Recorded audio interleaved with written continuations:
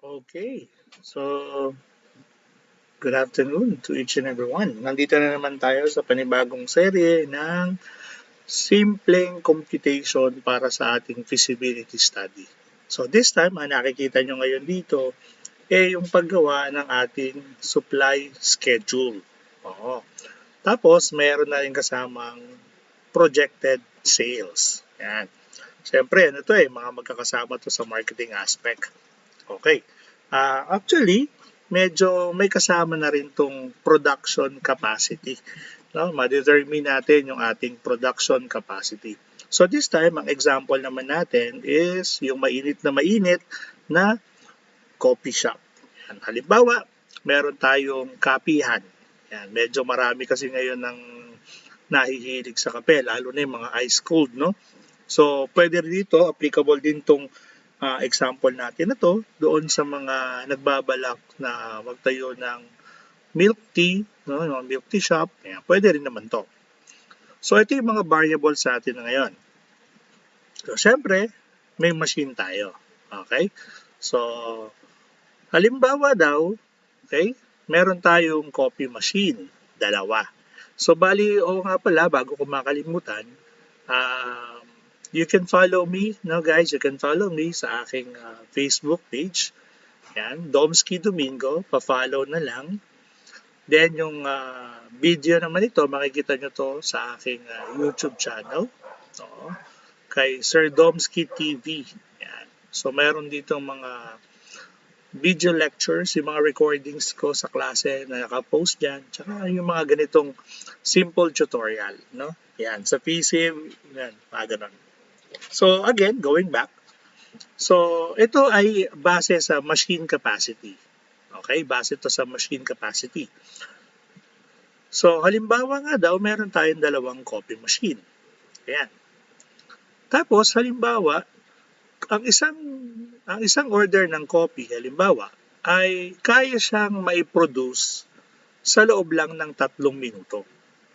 Okay, so example lang yan sa loob ng 3 minuto, kaya nang ma-prepare yung isang kape. So lumalabas, since sa isang oras ay meron tayong 60 minutes, okay, at ang bawat isang kape ay naipe-prepare sa loob ng 3 minuto, yan. So lalabas is 60 minutes divided by 3, so we have, ito, 20.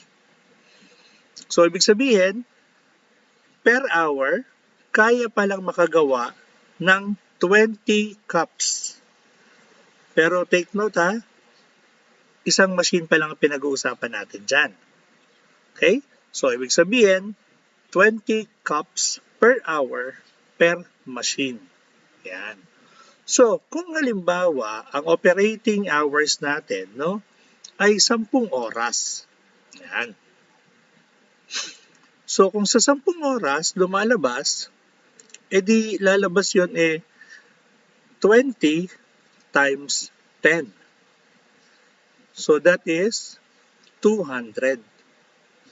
Diba? So, ibig sabihin, ang isang machine natin ay kaya makagawa ng 200, okay? 200 cups sa loob ng 10 oras. Per machine yon.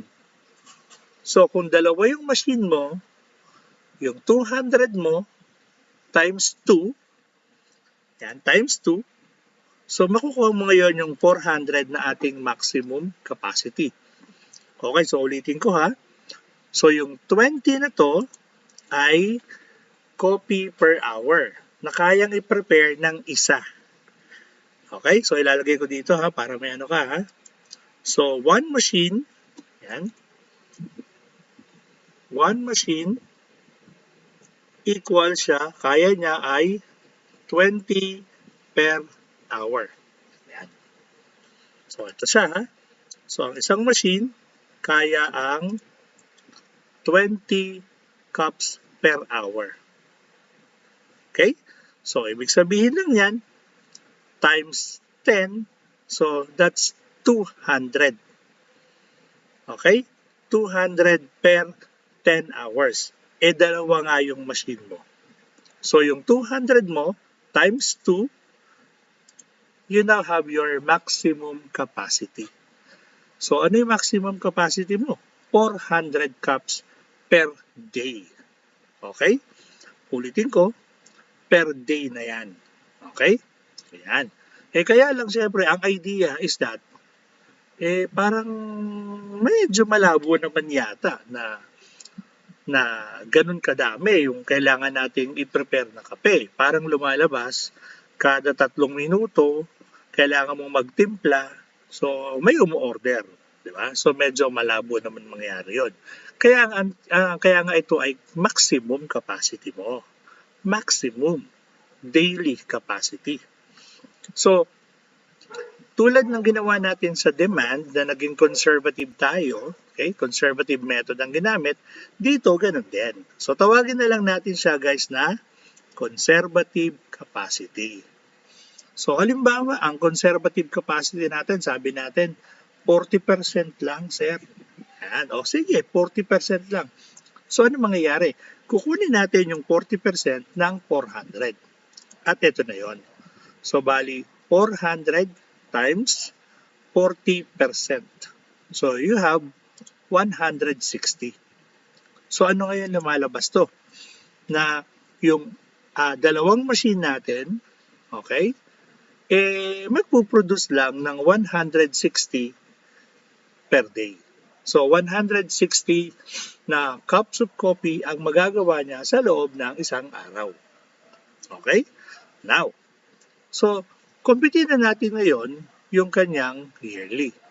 So, kung ito nga yung 160 na per day, so, kunin natin yung weekly, di ba? So, yung daily mo times 7. Ayun. So, napapansin niyo sa formula. Yun, di ba? Yan. So, times 7 days. So, you now have 1,120. For yearly, okay, sa isang taon kasi, meron tayong 52 weeks. Yan. So, tip guys, no, kapag ang ginamit nyo ay weekly, dapat pati yung pag-compute ng yearly mo, magba-base ka sa weekly. Kung ang ginamit mo naman na basihan monthly, so ganyan din, dapat sa lahat pare-pareho. Pero since dito ginamit natin ay weekly, so ita-times natin siya sa 52. Yan. So anong result? 58,240. Ibig sabihin, ito ay cups para doon sa ating dalawang machine. So, kaya nating mag-supply, take note ha, mag-supply. So, ibig sabihin, hindi nangangahulugan na ito ay nabenta. Okay?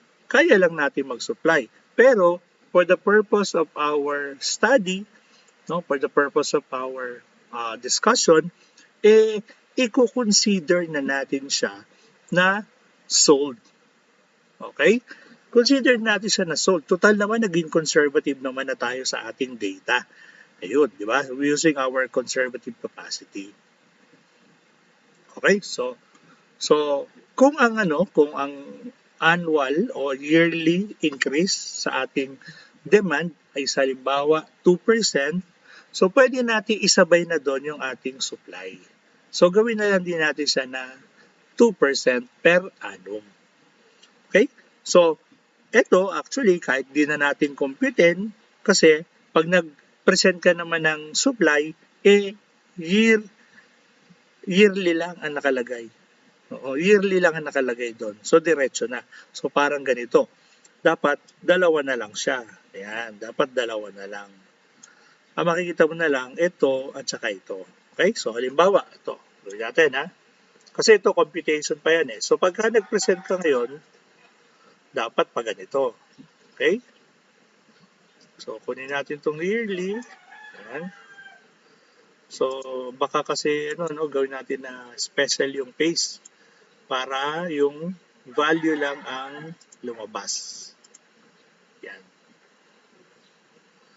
Tapos, gawin na lang natin na kung pareho nito, siyempre. Para maganda pa rin yung presentation natin. Yan. Okay. Lagyan natin ng ganito. Pero siyempre, tatanggalin natin yung peso kasi ito ay cups. Yan. So, ito na lang siya. Yan. So, sabi ko nga, consider na natin siya as sold. Yan. So, kung ito ang ating supply schedule, ito yan. So, iyan ko to ha.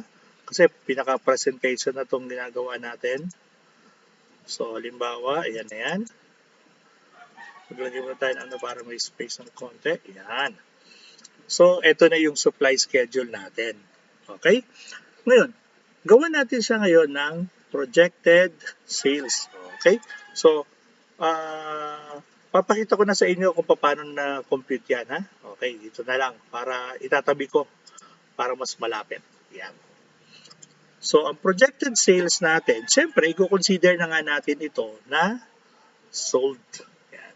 So, copy muna natin to para lang mabilis. Okay? So, ito, magbabago yan.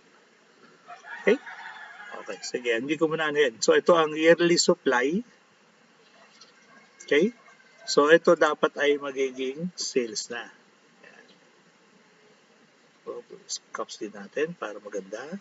Yan. Sales. So, alisin ko muna itong data na to. Yan.